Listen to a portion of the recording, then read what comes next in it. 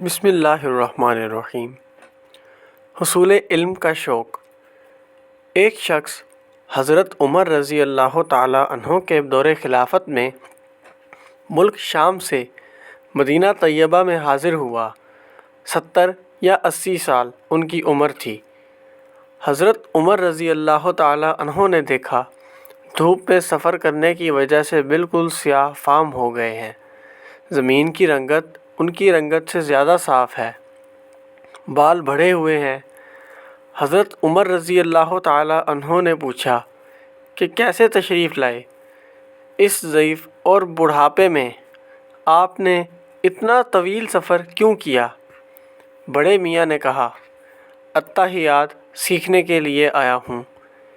اتنی بات سن کر حضرت عمر رضی اللہ تعالی عنہ ایسے روئے کہ صاحب حدائق کے الفاظ میں اتنا روئے کہ داڑھی مبارک تر ہو گئی اور ٹپ ٹپ آنسو گرنے لگے۔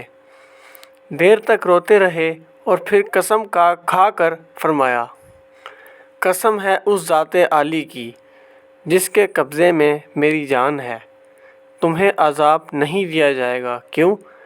دین کی ایک بات سننے اور سیکھنے کے لیے انہوں نے اپنے گھر جو چھوڑا اور اونٹ کی پیٹھ پر انہوں نے اپنا وقت گزارا۔ دعا ہے کہ اللہ تعالی ہمیں اس واقعے سے سبق سیکھنے کی توفیق عطا فرمائے، آمین۔ آپ سب ایک مرتبہ درود شریف پڑھ لیں۔ اللہم صلی علی سیدنا و مولانا محمد وعلی آلہ و اصحابہ وبارک وسلم۔